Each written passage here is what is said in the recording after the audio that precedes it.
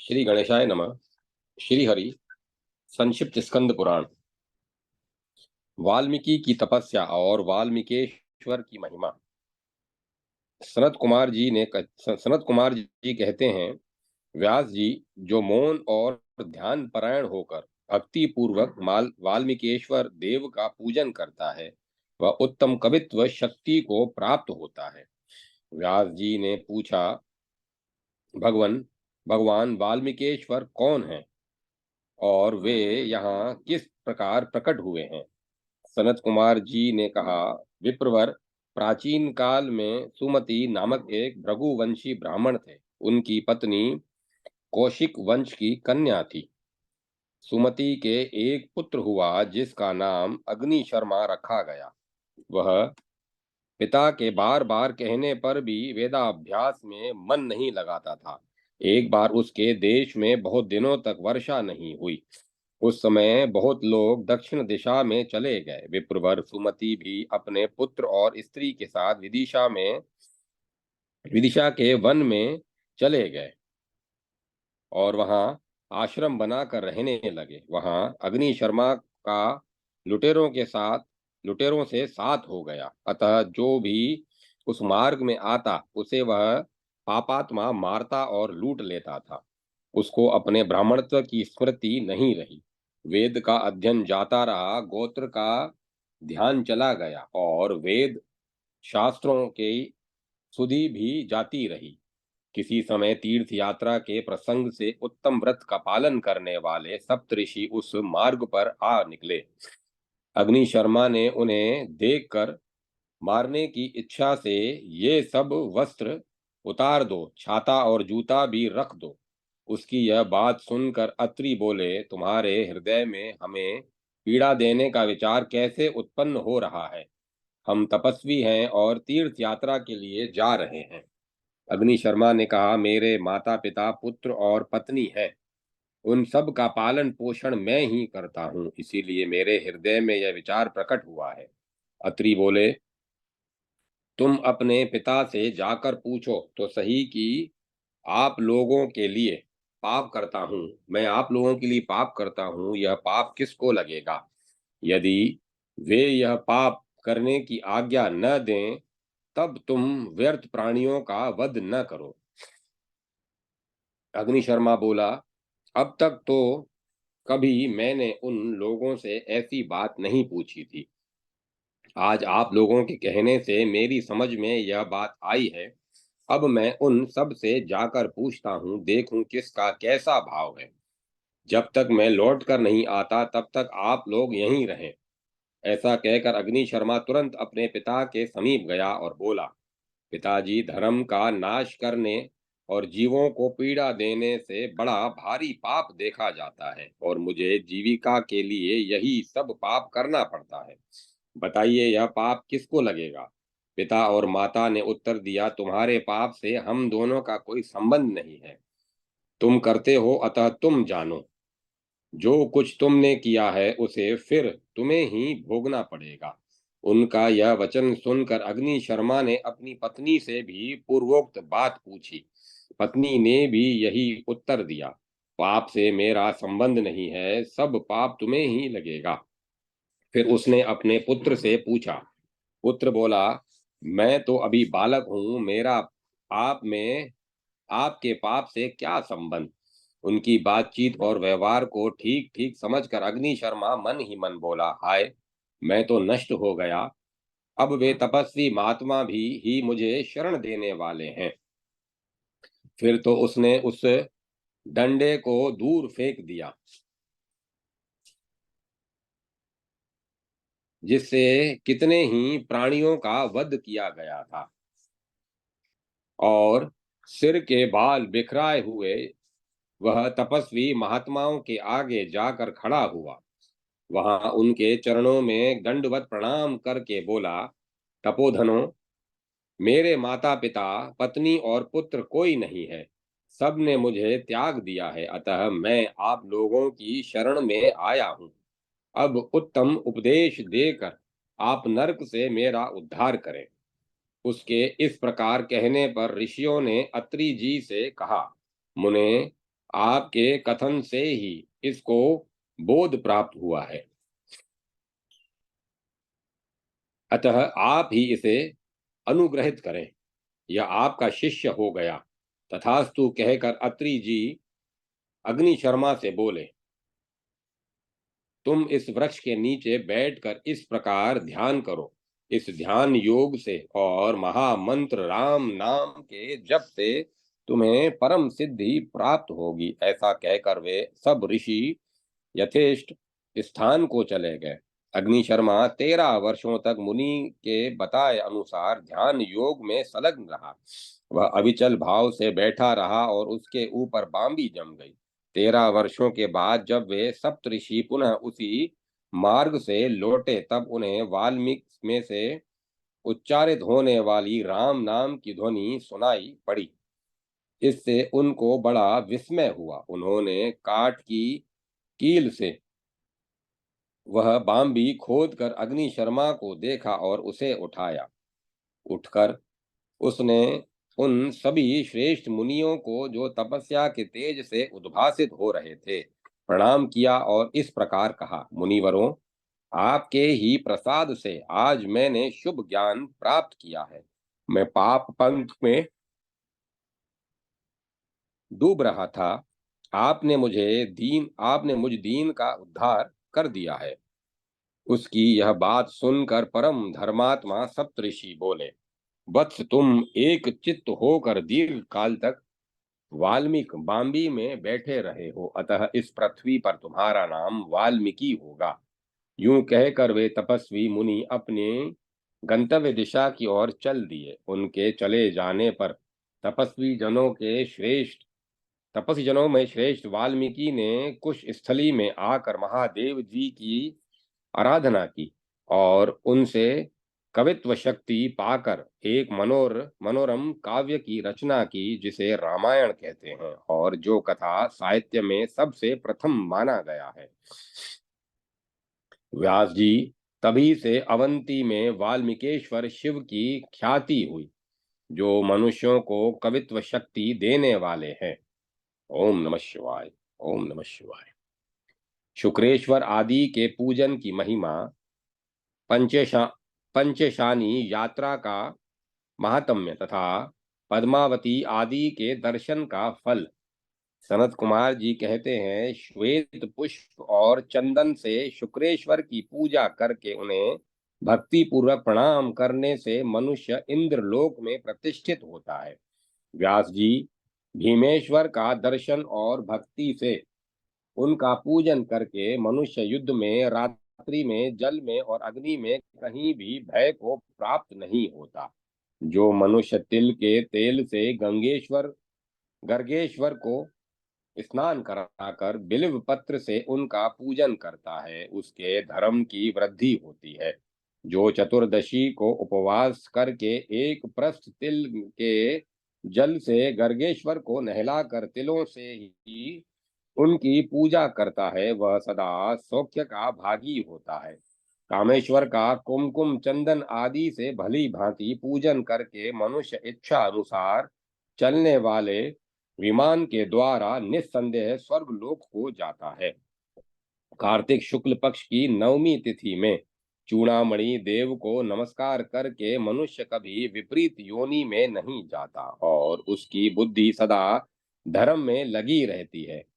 कृष्ण पक्ष की अष्टमी को उपवास करके जो मनुष्य चंडेश्वर जी की पूजा करता है, वह निर्माल्य लंघन जनित पाप ताप से कभी लिप्त नहीं होता।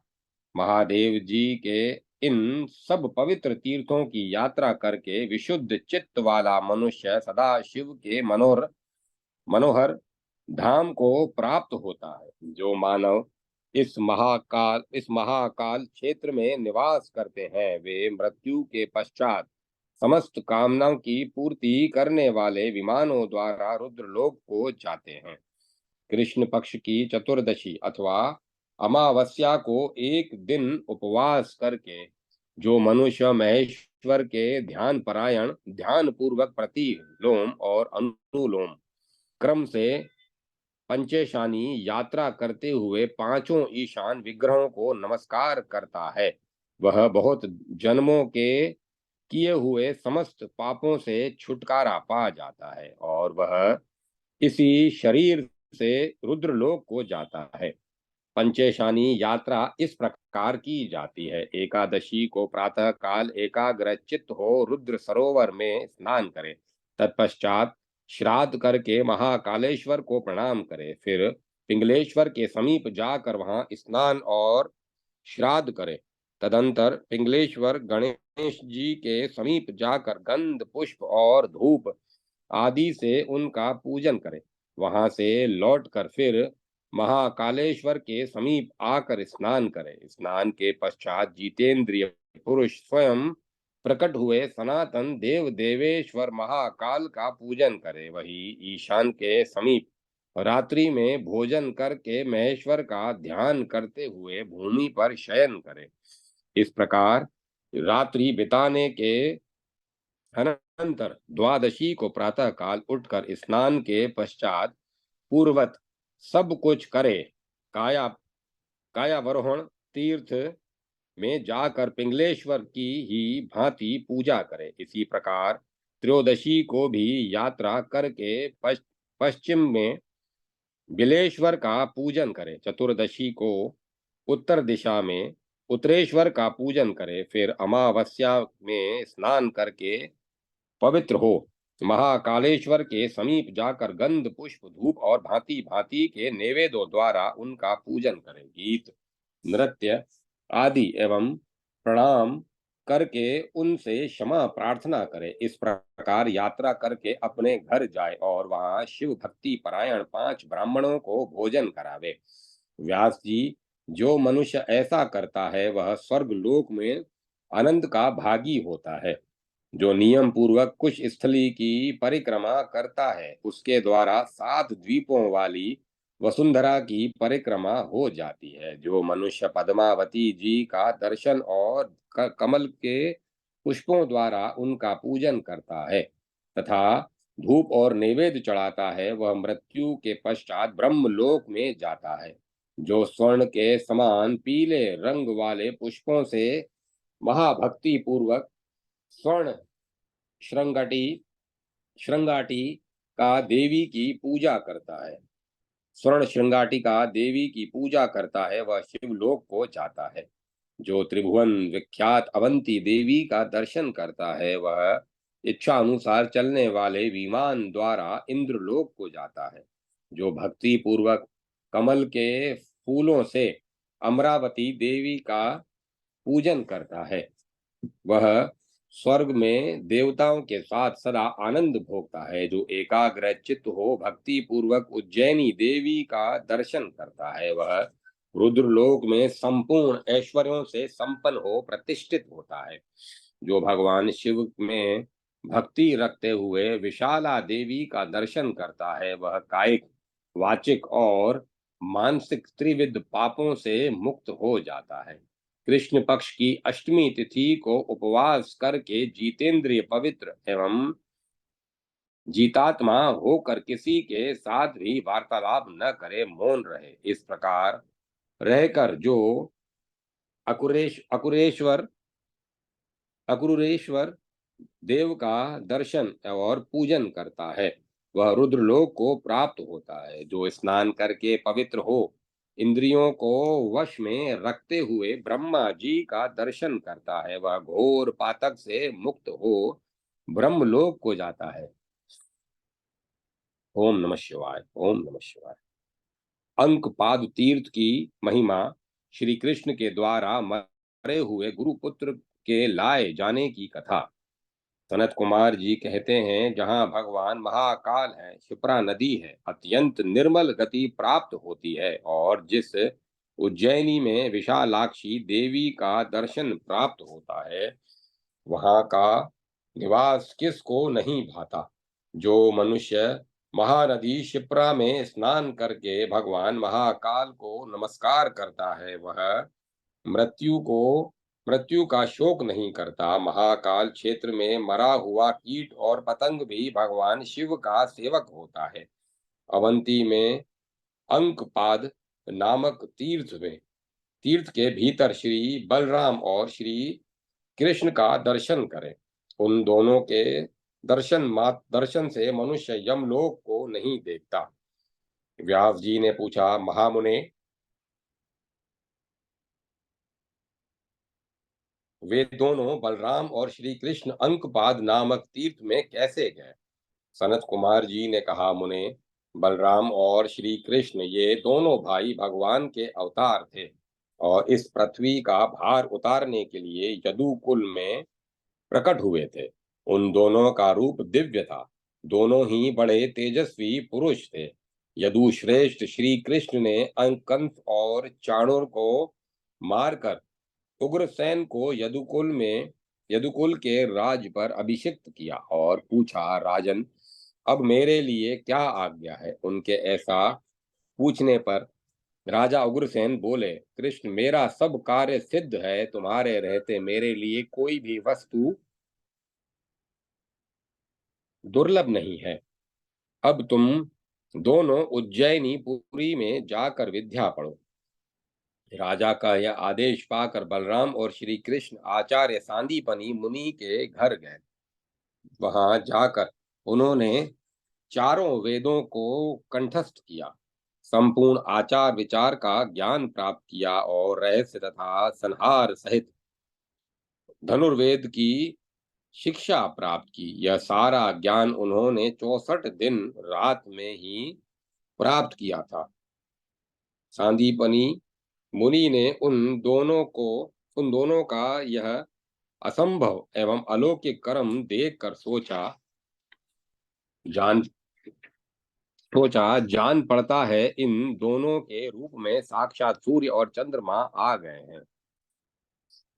तदंतर वे अपने शिष्यों के साथ स्नान करने के लिए महाकाल तीर्थ में गए। उन शिष्यों के साथ बलराम और श्री कृष्ण भी पहुंचे। वहां उन दोनों भाइयों ने जब भगवान महाकाल को प्रणाम किया, तब वे साक्षात प्रकट होकर उनसे बोले, प्रभो, तुम संपूर्ण देवताओं के स्वामी हो। मनुष्य रूप में अवतीर्ण हुए तुम्हारे द्वारा साधु पुरुषों और अज्ञानी जीवों को भी सदा सुख ही प्राप्त हुआ है तथा मनुष्यों को पीड़ा देने वाले राजा कंस आदि बलाभिमानी दैत्यों को तुम दोनों ने मार गिराया है। अब तुम्हें मुनियों, सिद्धों और देवताओं का पालन करना चाहिए। बहुत अच्छा, ऐसा ही करूंगा। ऐसा कहकर विश्ववंद्य भगवान श्री कृष्ण वहां से चले गए। अपना अध्ययन पूरा करके कृत्य हुए श्री कृष्ण और बलराम ने सांदीपनी मुनि से हर्ष में भरकर कहा, आचार्य, श्री चरणों की सेवा में गुरु दक्षिणा के रूप में हम क्या दें? उनका यह प्रिय वचन सुनकर गुरु ने प्रसन्न होकर कहा, मेरे एक पुत्र पैदा हुआ था। उसे तीर्थ यात्रा में प्रभास क्षेत्र के भीतर समुद्र के जल में एक जल जंतु ने मार डाला। मेरे उसी पुत्र को तुम ले आओ। बहुत अच्छा कहकर श्री कृष्ण बलराम के साथ चले गए। प्रभास क्षेत्र में समुद्र ने उनसे कहा, भगवान, मेरे जल में पंचजन नामक एक महादैत्य रहता है। उसी ने तिमी का रूप धारण करके उस बालक को खा लिया। तब ग्रह रूपी उस महाबली पंचजन को मारकर श्री कृष्ण ने उसके उदर में स्थित शंख को ग्रहण किया। उसके पेट में जब बालक नहीं दिखाई दिया, तब वे वरुण लोक में गए और वरुण देव से बोले, भगवान, मुझे एक महान रथ दीजिए जिस पर आरूढ़ होकर मैं प्रेतराज यम का दर्शन करूं। यह सुनकर वरुण जी ने प्रसन्न चित्त होकर श्री कृष्ण जी को रथ प्रदान किया। उस रथ को देखकर श्री कृष्ण और बलराम बड़े प्रसन्न हुए और उसकी परिक्रमा करके बड़े भाई के साथ श्री कृष्णचंद्र उस पर आरूढ़ हुए।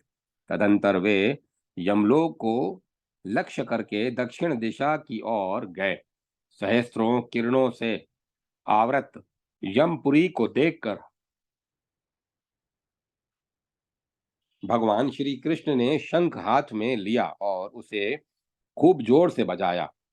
उसकी ध्वनि के उसकी ध्वनि से समस्त यमलोकवासी भयभीत हो गए। श्री कृष्ण के दर्शन से नरक यातना भोगने वाले पापियों को भी सुख प्राप्त हुआ और उन नरकों में जलती हुई आग स्वतः बुझ गई। जगदीश्वर श्री कृष्ण के नरकों के समीप पदार्पण करने पर सबके पापों का नाश हो गया। सभी पापी नरक से छूट गए और अक्षय धाम को प्राप्त हो गए। उस समय सब नरक सूने हो गए। यह देख यमराज के दूतों ने नरकों की ओर जाने से उनको रोका। दूत बोले, वीरवर, इस मार्ग से अपना रथ न लाइए, क्योंकि यहाँ पर स्त्री हरण, प्रधन हरण करने वाले पापी अपने पाप के फल से यमराज की आज्ञा के अनुसार अधोगति को प्राप्त हुए हैं, जिन्हें करोड़ों वर्षों में नरक से छूटना चाहिए। वे आपका दर्शन करके तत्काल ही स्वर्गलोक को जा पहुंचे हैं। यमदूतों की यह बात सुनकर श्री कृष्ण ने दया से आर्द्र होकर कहा, यमदूतों, मैं इन पापी जीवों का उद्धार करने के लिए ही यहाँ आया हूँ। मैं सबके लिए यमलोक का निवारण और स्वर्गलोक का दाता हूँ। तुम मेरी बातें यमराज से जाकर कहो। श्री कृष्ण का यह कथन सुनकर यमदूत बड़ी उतावली के साथ यमराज के समीप गए और उनसे नारकी जीवों के मुक्त हो जाने का सब समाचार कह सुनाया। दूतों की बात सुनकर यमराज को बड़ा क्रोध हुआ। उन्होंने श्री कृष्ण बलराम के साथ घोर युद्ध किया, परंतु पग पग पर उन्हें पराजित होना पड़ा। अंतोगत्वा यम ने अमोघ अस्त्र कालदंड का प्रहार किया। उस जलते हुए काल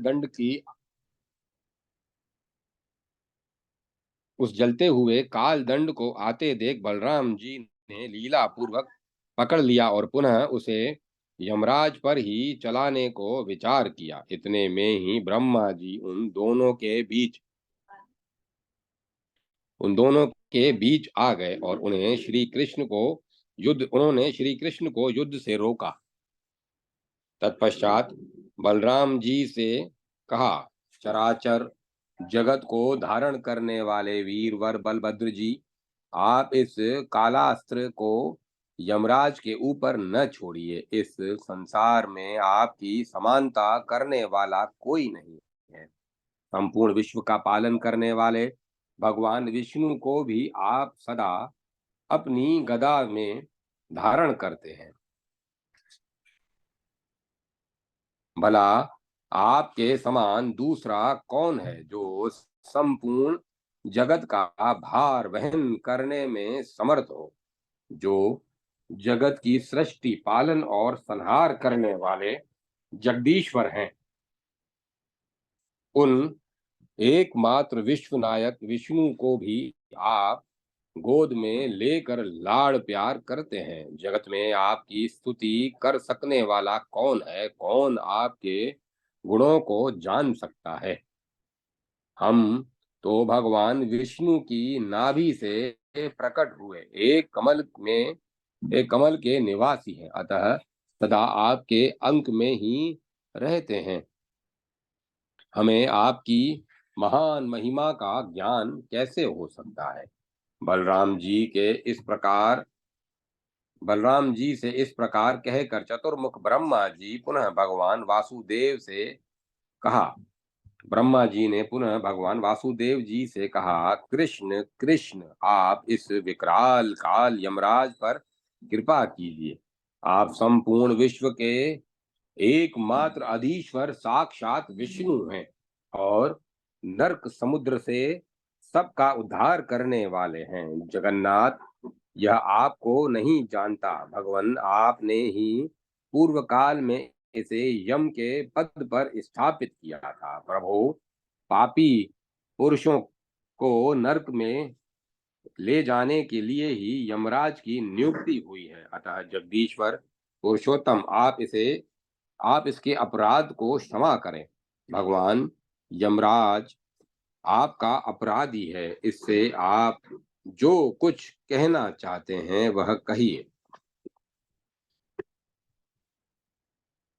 ब्रह्मा जी की यह बात सुनकर श्री कृष्ण ने कहा, पितामह सुनिए, मेरे गुरु सांदीपनी मुनि का पुत्र यहाँ लाया गया है। हम उसी के लिए यहाँ आए हैं।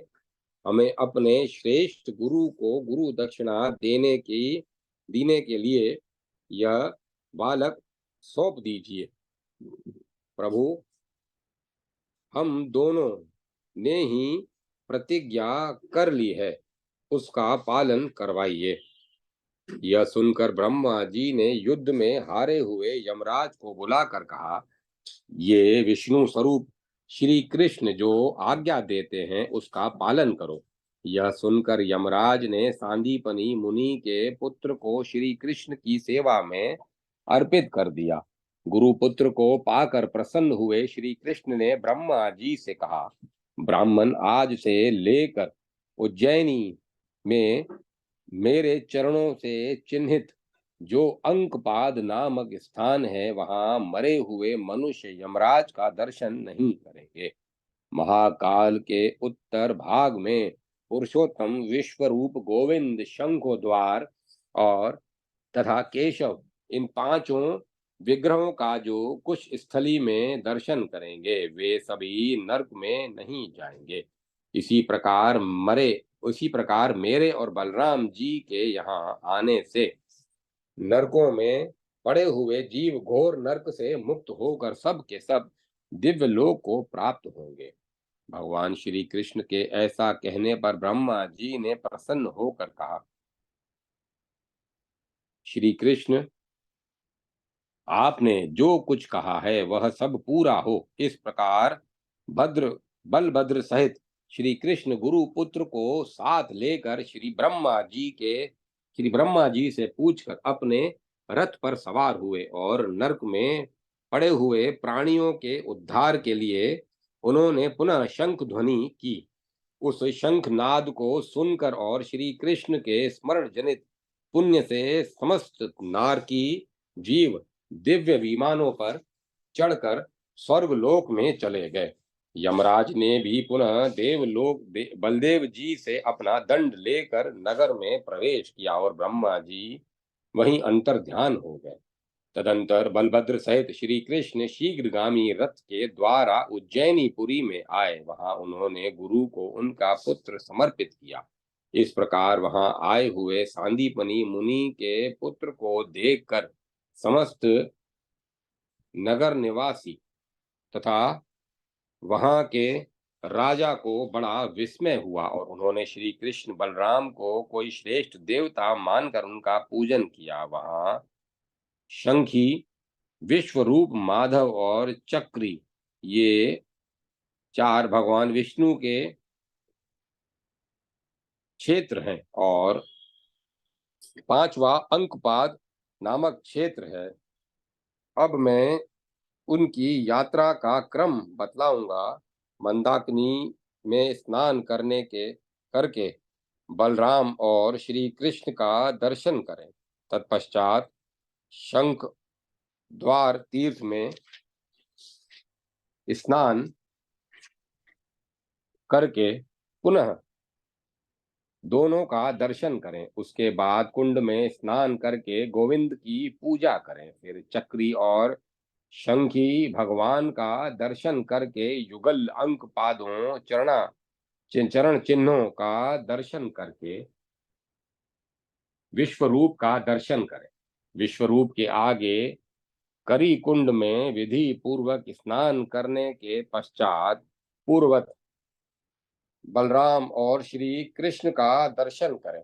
तदंतर पुनः कुंड में स्नान करके गोविंद जी की पूजा करें। इसके बाद चक्रधारी श्री कृष्ण और बलराम का दर्शन करके केशव के समीप जाएं। क्षिप्रा के जल में स्नान करके मनुष्य भक्ति पूर्वक केशव की पूजा करें। फिर वहां से अंकपाद में लौटकर वहीं रात्रि व्यतीत करें। प्रातः काल स्नान आदि से पवित्र हो वहां उत्तम व्रत का पालन करने वाले 5 ब्राह्मणों को भोजन करावे।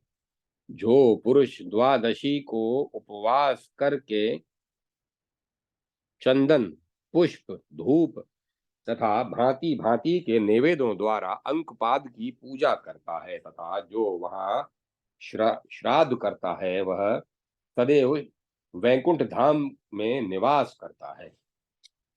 ओम नमः शिवाय। लड्डुक, प्रिय गणेश, कुसुमेश्वर, मार्कंडेश्वर, ब्राह्मणी देवी, भ्रमरेश्वर, यज्ञवापी, रूप कुंड, अनगेश्वर तथा सोमेश्वर का महात्म्य। सनत कुमार जी कहते हैं, देवताओं ने लड्डुओं से विघ्नराज गणेश जी की पूजा की थी। तब से यहाँ गणेश जी लड्डुक प्रिय के नाम से प्रसिद्ध हैं। जो भक्ति पूर्वक विघ्नराज गणेश जी की पूजा करता है उसे कभी विघ्न का सामना नहीं करना पड़ता। गणेश जी संतुष्ट होकर उस पुरुष की संपूर्ण कामनाएं पूरी कर देते हैं। चतुर्थी को केवल रात में भोजन करने का व्रत लेकर विशेषतः क्षिप्रा नदी में स्नान करके रक्त वस्त्र धारण करें और लाल चंदन के जल से मंत्रोच्चार पूर्वक गणेश जी को स्नान करावें। फिर लाल चंदन का अनुलेपन करके लाल फूलों से उनकी पूजा करें। धूप और उत्तम गंध निवेदन करें। नैवेद्य में लड्डुओं का भोग लगावें। जो ऐसा करता है वह मृत्यु के पश्चात शिव धाम को जाता है।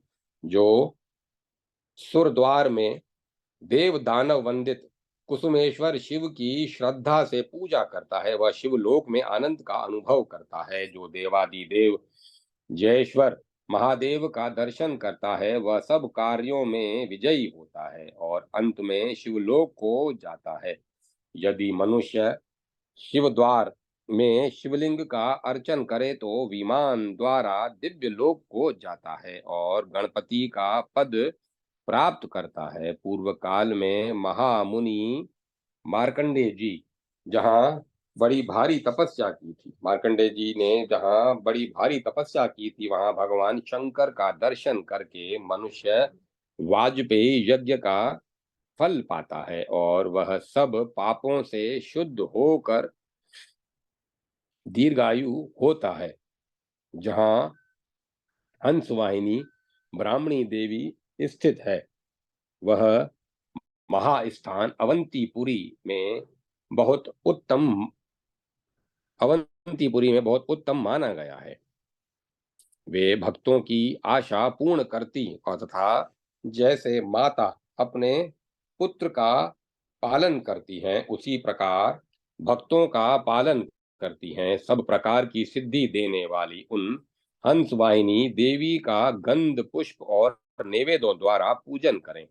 जो ब्रह्म सरोवर में स्नान करके ब्रह्मेश्वर शिव का दर्शन करता है वह संसार बंधन से मुक्त हो ब्रह्म लोक में आनंद का अनुभव करता है। जहाँ ब्रह्मा जी ने यज्ञ किया था उस स्थान पर यज्ञ के लिए जो कुंड बनाया गया था उसका नाम यज्ञवापी है। उसमें स्नान करके पवित्र हो जो पशुपति का दर्शन करता है वह पशु योनि में पड़े हुए पितरों का भी उद्धार कर लेता है और स्वयं शिवलोक में जाता है जहाँ साक्षात महेश्वर निवास करते हैं। रूप कुंड में स्नान करके मनुष्य रूपवान होता है। जो अनग कुंड में स्नान करके अनग कामदेव द्वारा पूजित अनंगेश्वर महादेव की पूजा करता है, वह मनोवांछित कामना प्राप्त करता है और मरने के बाद शिव धाम को जाता है। जो करी कुंड में नहाकर भगवान विश्व रूप का पूजन करता है, वह सब पापों से मुक्त हो विष्णु लोक को जाता है। जो मनुष्य अजागंध में स्नान करके ब्रह्मेश्वर शिव का दर्शन करता है, वह ब्रह्म हत्या के समान पापों को तत्काल नष्ट कर देता है। जो चक्र तीर्थ में स्नान करके चक्र स्वामी की पूजा करता है, वह इस पृथ्वी पर चक्रवर्ती राजा होता है। जो विधि पूर्वक स्नान करके सिद्धेश्वर का दर्शन करता है, वह इच्छा अनुसार चलने वाले विमान के द्वारा रुद्र लोक में जाता है। जो मनुष्य सोमवती में स्नान करके सोमेश्वर शिव का पूजन करता है, वह चंद्रमा के समान निर्मल होकर चंद्रलोक में आनंद भोगता है। व्यास जी ने पूछा, भगवान, सोमवती तीर्थ और सोमेश्वर लिंग का प्राकट्य किस प्रकार हुआ? इसको मैं यथार्थ रूप से सुनना चाहता हूँ। सनत कुमार जी ने कहा, व्यास जी, सुनो। संपूर्ण लोकों को तृप्ति प्रदान करने वाले जो भगवान सोम है, उनके पिता महाभाग अत्रि मुनि पूर्व काल में उज्जैनीपुरी में रहकर 3,000 दिव्य वर्षों तक बड़ी भारी तपस्या में लगे रहे। वे दोनों भुजाएं ऊपर उठाकर ब्रह्म ध्यान में तत्पर हो तपस्या करते थे। उन महात्मा का ब्रह्म तेज उनके नेत्रों से प्रकट हुआ और संपूर्ण दिशाओं को प्रकाशित करता हुआ उधर्व लोक तक फैल गया।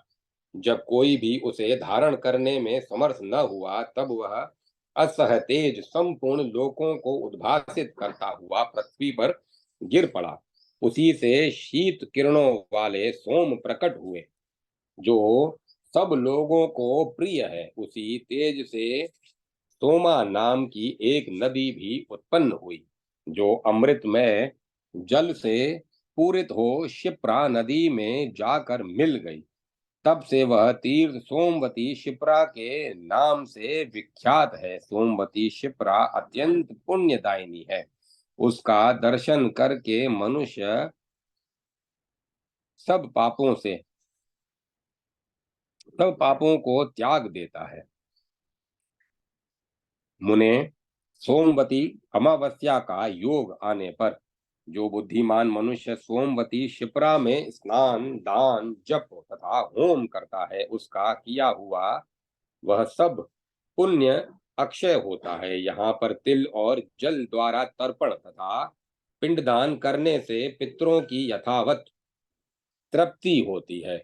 शिप्रा नदी एवं सोमवती संगम का जल कोटि तीर्थों का फल देने वाला है। यदि अमावस्या और सोमवार का योग मिल जाए, तब तो वह साक्षात पितृतीर्थ गया के समान हो जाता है। अमावस्या, सोमवार और व्यतिपात तीनों का योग होने पर सोमवती तीर्थ में गया से 100 गुना अधिक पुण्य कहा गया है।